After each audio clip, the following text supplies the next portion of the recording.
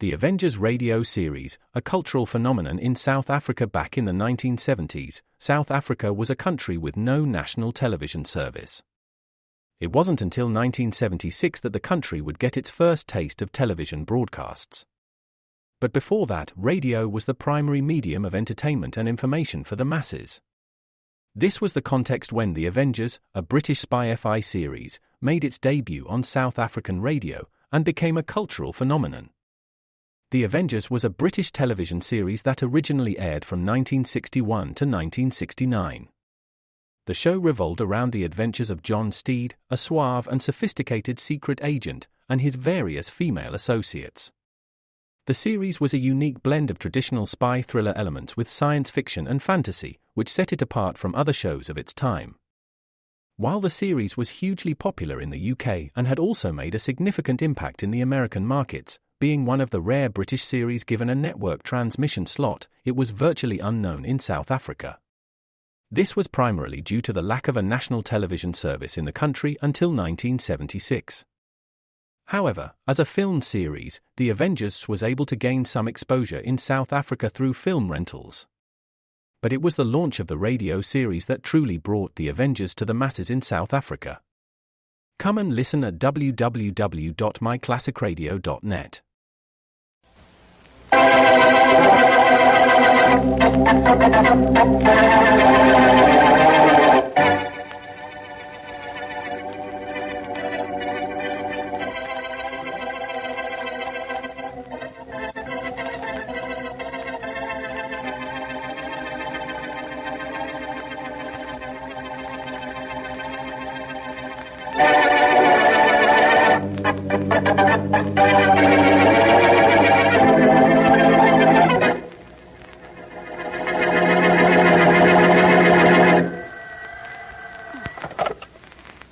Hello? Hello, Beverly. Oh, darling, hello. Where are you? In a drugstore downtown. I thought I'd call and see how you're feeling. A little better. Oh? Are you going to be home soon? No, not for a couple of hours yet. Oh. Now, look, I want you to take that medicine I got for you. It's 10 o'clock, and it's supposed to be taken at 10. Oh, darling, do I have to? Yes, you have to. You know how I hate to take medicine of any kind. Well, you want to feel better, don't you? Yes, of course. Then take the medicine you're supposed to, when you're supposed to. All right, darling, I will. In a little while. No, right now, sweetheart. While we're on the phone, so I'll know you've taken it. You don't trust me, do you? Not when it comes to taking medicine. Darling. Now, go get it. I'll wait. I don't have to get it. It's right here on the table beside me. Oh, that's good. I've been looking at it for an hour, trying to get up enough courage to take it by 10, as you said I should. It won't taste as bad as you think. Oh. Now, pour it into a glass, about an inch from the bottom, and you drink it down. For your sake, darling. Just a minute. All right. You pour out a good dose of it? Yes, darling, a whole inch. That's a good girl. Now drink it down. Here goes. Drink it. Oh. Did you drink it? Yes, Tom, it tastes awful. It's burning me. What is it? It's poison, sweetheart. Deadly poison. Tom. Yes, sweetheart. And death will come so fast you won't have time to call the police. So no one will ever know I just killed you. Tom. So long.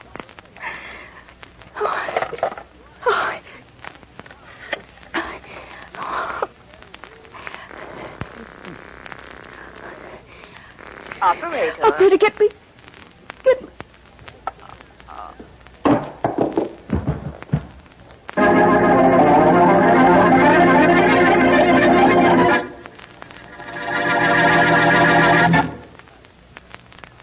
It's smooth, smooth, smooth, and you're sure it's pure. That, my friends, was the voice of a man, an enthusiastic friend of CV, describing what he likes about Champagne Velvet, the beer with the $1 million flavor.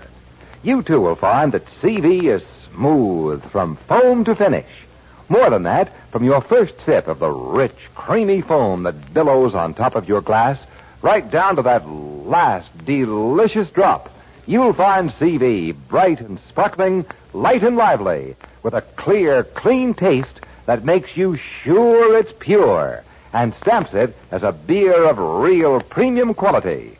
Premium quality that costs you no premium in price. Yes, sir, it's smooth. Just as smooth, and you're sure it's pure. There is no finer beer. But now on to Dick Calmer as Boston Blackie. Enemy to those who make him an enemy. Friend to those who have no friend.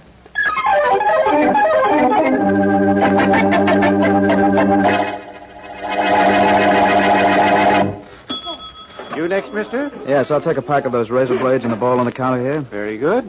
They're just 10 cents, huh? That's right. Best razor blade bargain in town. Well, I wouldn't know. Here you are. Thank you.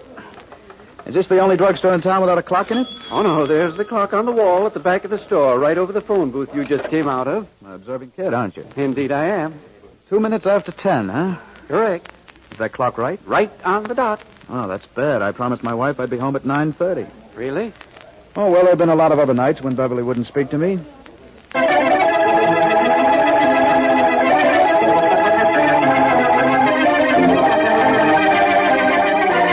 Your supervisor sent you to see me. Is that right, Miss Randolph? Yes, sir. You're Operator 16? Yes, I am. I'm Inspector Faraday of Homicide. Oh, how do you do? This is Boston Blackie. How do you do, Miss Randolph? Mrs. Beverly Robertson was found dead a little while ago, as you know. The phone's still in her hand.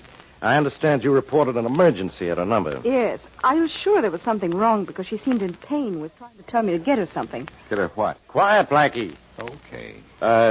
Get her what, Miss Randolph? Well, she never got that far. All she said was, get me, twice, just like that. Thanks, Miss Randolph. Well, Blackie, that proves it. Proves what? That Mrs. Robertson committed suicide. Oh, and then picked up the phone and tried to call for help. Well, why would she do that? Because after she took the poison, she changed her mind. You think so, do you, Faraday? Mm-hmm. Well, after I've worked on this case a little while, maybe I'll change yours.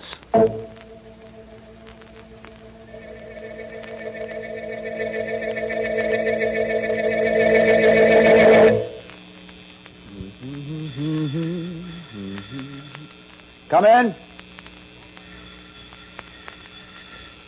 I said come in. Come in, can't you hear me? Hello. May I come in? I said you could. You're Tom Robertson, I imagine.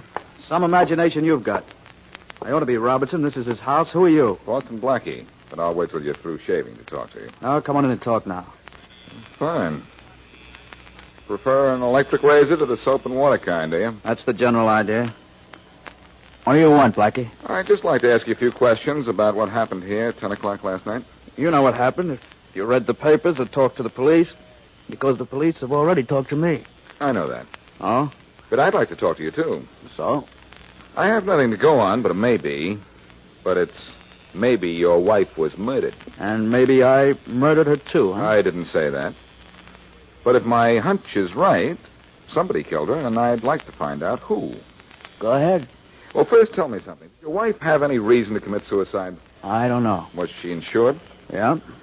But the policy's no good because she killed herself. I see. And before you get around to asking me where the poison came from, I don't know that either because I didn't buy any. I didn't say you did. Well, but you're thinking it. You don't know what I'm thinking. I know what you're doing, though. You're bothering me. Now get out of here before I throw you out. Robertson, the more you talk, the more you make me think what you don't want me to think. I said I'd throw you out. Maybe I just better do it. Now, look, Robertson. Oh, yeah. For that, you get this. Don't bother to get up off the floor, pal. I can find the door as easily as my fist found your chin.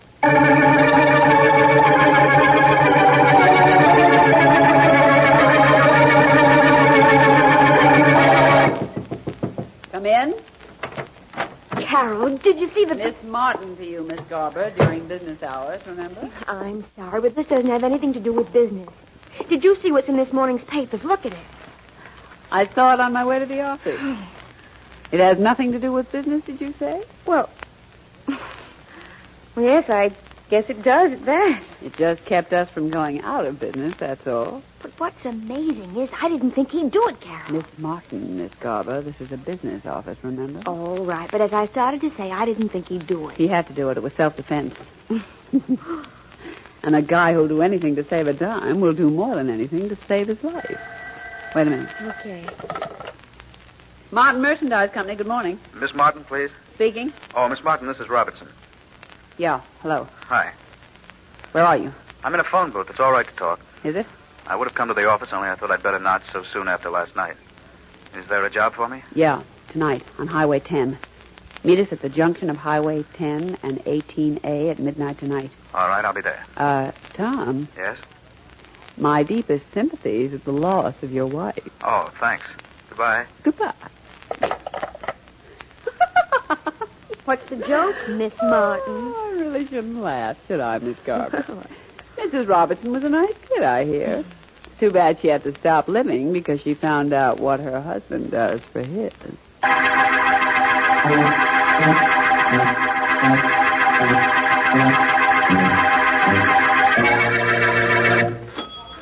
Here you are, sir. 65 out of $1. Next? I'm next. All I want is a little information. Oh, I know about what, too. You're another policeman, aren't you? No, not exactly. I'm Boston Blackie. Hey, no kidding. That's right. Gee. Well, gosh, Blackie, I told the police already everything I know about that guy who was here last night. I nearly fell over when I read about him in the paper this morning. Well, maybe you'll fall apart when I'm through with this case. Really? I'm going to try to prove his wife was murdered, and that maybe he killed her.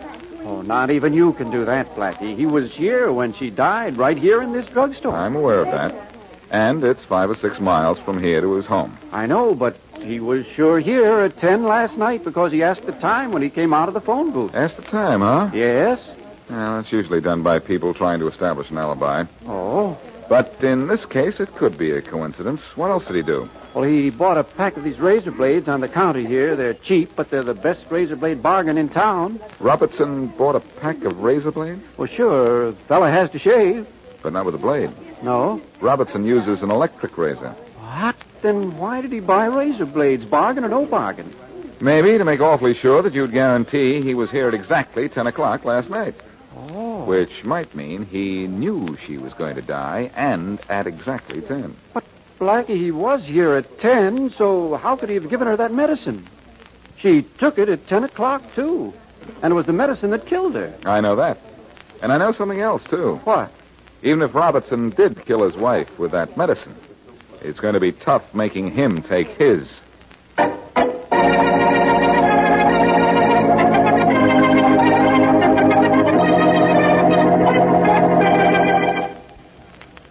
There's a little wind out tonight, Carol. Yeah, Listen to it in those trees. there's a truckload of dry goods out tonight, too. And that's what I'm listening for, Tom. Yeah, I know. Helen, are you ready? The truck should be along any minute now. I'm already made up to look my best.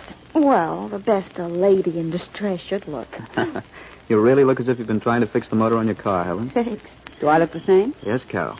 I'd say you both look as if you've worked over that car out there for an hour. If anybody ever saw Carol in her office in town, they'd never know it was the same girl. I don't think I'd recognize you either, Helen. You're very convincing. You both even have grease smudges on your face. Hey, quiet, you two. I think I hear the truck coming down the highway now. Yeah, I hear too. Let's go, Helen. Okay. And remember, Tom, you slip back of the truck and you go around to the other side and you slug the driver from behind. Yeah, I know what to do. Carol, what if there's a riot? I know there isn't. I checked. Unless he's picked up a hitchhiker, and he's not supposed to do that. Oh. He's getting close now. Let's go out and wait for help. Good luck, Carol. Helen? Yeah, you too, and don't muff anything. We're out on the road far enough, Helen. Start waving. Don't smile, stupid. Look unhappy. We're in his lights now, and he's slowing down. Hey, mister. Hey, mister. Please, mister. Stop, will you? Hey, mister, will you stop? Hey, mister. Stop. Hey, mister. Stop. Trouble here, girls. The car used run out of gas. Oh, thank goodness. We've been here for almost an hour. There's something wrong with the engine or whatever makes the car go. Well, that's usually what makes it go. Now, wait, I'll pull up alongside the road ahead of you. Have a look at it. Oh, don't bother to do that. We'll leave the car here if you'll give us a lift to the nearest garage. Well, I'll be more than glad to do that for you. Just, hey, what's going on here? going- Hold up, huh? Oh, you don't. Drop the flight check. Put it up the flight check. Tom, you fool. You bungled it. You killed him. You killed him, Carol. Carol, but there's something I didn't count on. I didn't count on Tom bungling things either.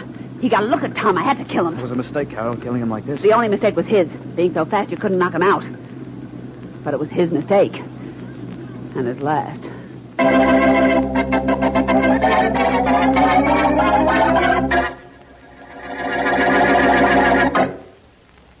Listen for just a few seconds to a man who knows good beer and who likes champagne velvet, the beer with the $1 million flavor. Bright and sparkling. Yes, sir. Light and lively. Yes, sir. Clear and clean. Yes, sir. There is no finer beer. And that's a fact. Go where you will, pay what you will. No better beer than CV can be had at any price.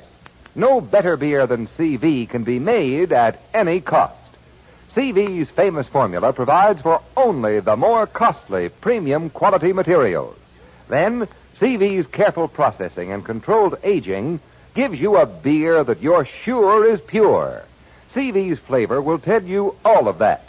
You'll find it bright and sparkling from foam to finish, robust and full-flavored as a real honest-to-goodness beer should be. CV's flavor will tell you that you're enjoying a premium quality beer at no premium in price. You're sure it's pure, and it's just as smooth. And now back to Boston Blackie.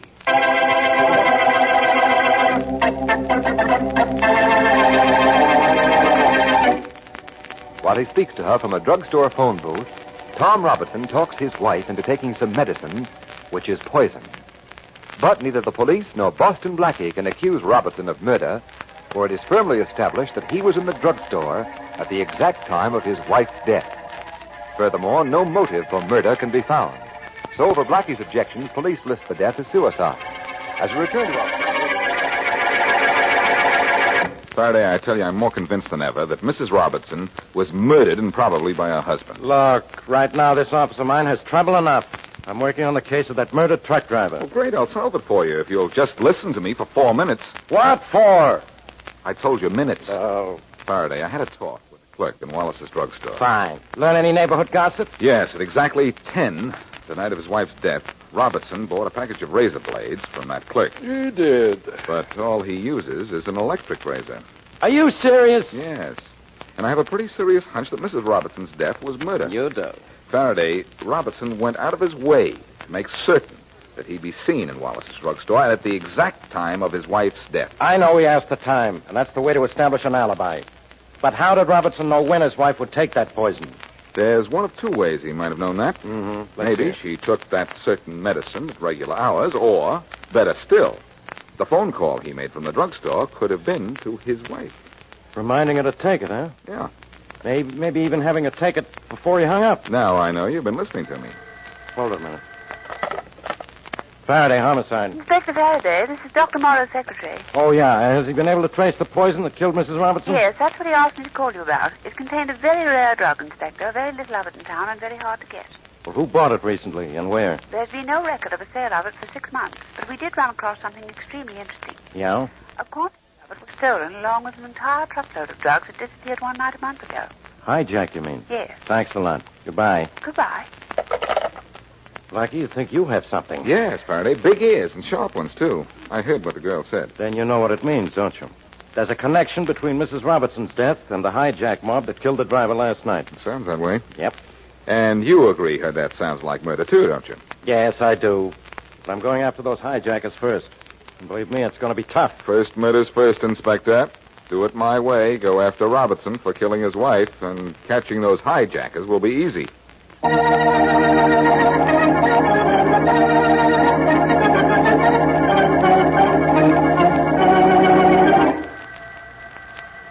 There's the phone, Carol. So what?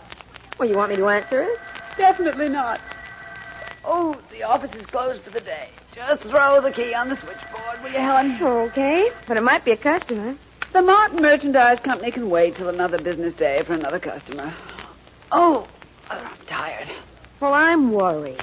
About what? Killing that truck driver. What is there to worry about, Helen? Carol, what if they trace the stolen stuff to us? Have they been able to do that yet? No. Well, they never will. And why? Why? Because we repackage and relabel everything we steal. Simple, isn't it? Yes.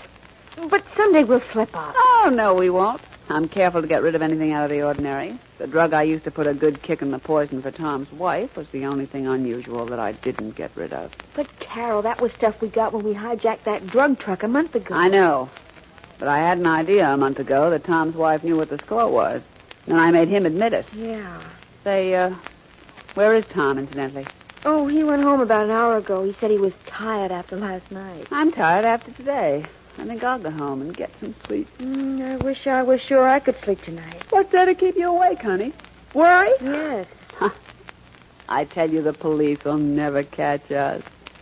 Never.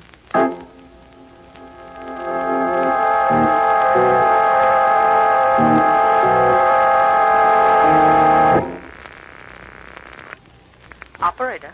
Operator 16, please. This is Operator 16. Oh, Miss Randolph, or should I say, hello, beautiful. This is Boston Blackie. And this is the telephone company. We don't allow private conversations. Oh, I think the big bad company will allow this one. Yes? Why? Because all I want to know is what time you get off work and what you're doing right after that. Your number, please. Let me have your number at home. No, really? Don't become alarmed, Miss Randolph. It isn't what you're thinking. I'll switch you to another operator. No, you'll do. Seriously, though. I already have your company's permission to talk to you. Oh, well. This is in connection with the death of Mrs. Robertson. Well, that's different. Are you going to be home tonight? Yes, I am. I get off at 11. Fine. Inspector Faraday will be there to see you and tell you what I want you to do. I might have known it'd be someone like the inspector. Don't worry. Just when you're getting so bored you think you can't stand him a minute more, I'll come along with a killer to liven things up.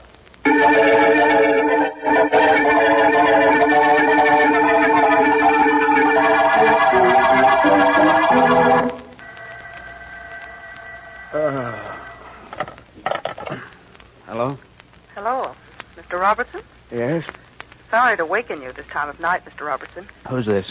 You don't know me, sir. I'm a telephone operator, number 16. Yes?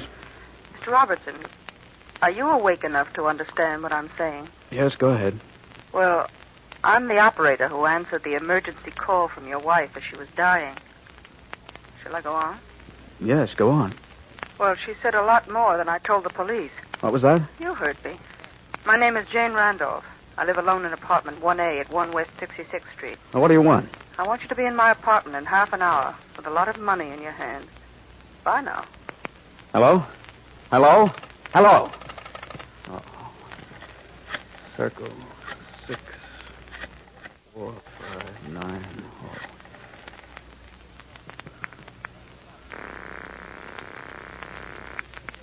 Hello? Hello, Carol. This is Tom. What's the idea of waking me up at this time of night? Listen, Carol, I just got a phone call from a telephone operator. Yeah? She answered when my wife dialed operator to call the police, I guess, and she knows something. Oh, fine. Carol, what'll I do to shut her up? I'll think of something. Yeah, but what? Come down here right away. By the time you get here, I'll have it fixed so you won't have to worry about her.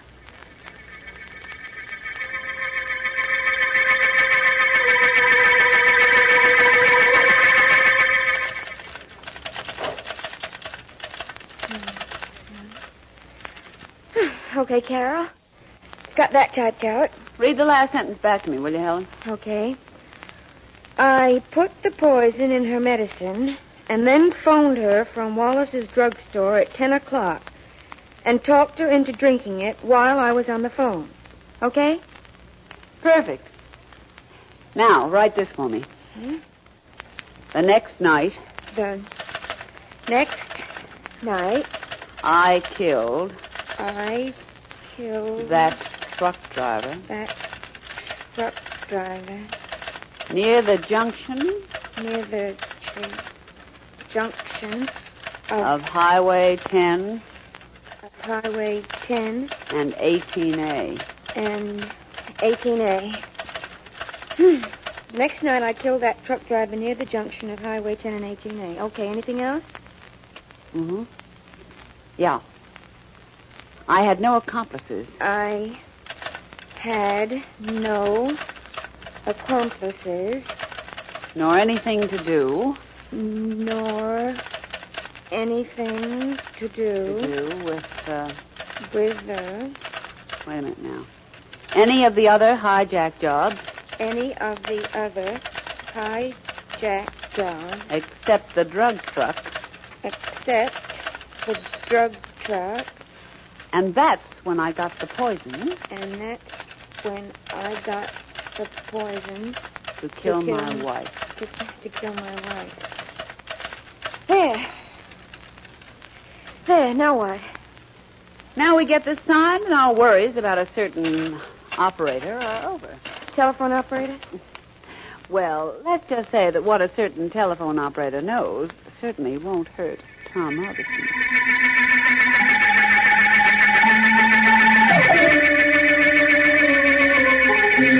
Well, Miss Randolph, Yes? it's been 30 minutes since you made that phone call for Blackie. Where's Robertson? Maybe still on his way, Inspector Faraday. What you told him would have had him here in 10 minutes. I suppose so. He's not here. Even Blackie's failed to show up. That is odd. There's nothing odd about it at all. It's just another of Blackie's crazy ideas that hasn't worked.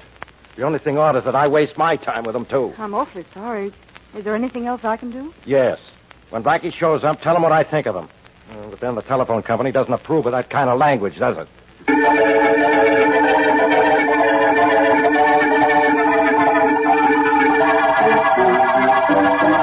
What does this note mean, Carol?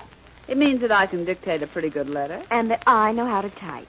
Here's a pen. Oh, I'm not going to sign my name to this. It tells how I killed my wife. It says I shot the truck driver. You can read, can't you? But you can't. Well, let's see if you can write. Sign it. No, I won't. I didn't come over here for this. I came to get help from you to keep that telephone operator quiet. Oh, but you did come over here for this. Or would you prefer this? Huh? Oh. I either sign this note or you use that gun of yours on me. Is that it? You know I will, too. Helen, give me that pen. Sure, here. Sign the note. No, I won't do it. I won't. Tom, I'll kill you if you don't, just as quickly and surely as I killed that truck driver. If I do sign it, then what? Well, then you can go into hiding. If you can stay away from the police, okay. And if you can't, well, that's too bad. But it's better than getting shot tonight, isn't it, Tom? Keep reminding him, Helen. I think he'll sign. Sure. You promise to let me go if I sign this? You promise? Oh, you promise, too, don't you, Helen? Oh, yes. All right, I'll sign it. Swell. Now you're being smart. There. You ought to sign. Look at it, Helen, and see if it's right. He signed. Now, I can go, can I? Yeah, for a little ride with us. Huh? You heard her, Tom. No, you said if I signed the note, you'd let me go. You'd let me take my chances keeping away from the police. If I were you, Robertson, I'd prefer the police to these two. Blackie. Helen, let's get out of here. Stay where you are, all three of you. Helen. You, Carol, Helen. Now. You can turn around and face me. And then we'll all go down to headquarters and face the music.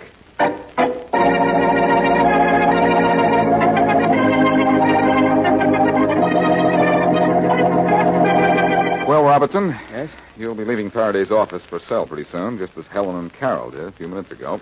I sure don't know how you trailed me to Carol's, Blackie. Oh, it was easy. I was waiting outside your house when you left for her place. But why?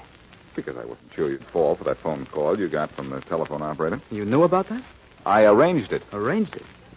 Your wife didn't get to tell her anything before she died. The operator made that phony call at my request. I was pretty sure you killed your wife. But you couldn't have been. You had no way of knowing it or even guessing. Oh, yes, I did. You knew your wife was going to die at a certain time, so you did everything you could to establish you were in that drugstore at that time. Even bought razor blades. Oh, but I... But, Robertson, you use an electric razor. Oh. Well, you're pretty smart, Blackie. Well, I'm pretty dumb. I'd say you were pretty dumb. Because your use of an electric razor is going to send you to the electric chair.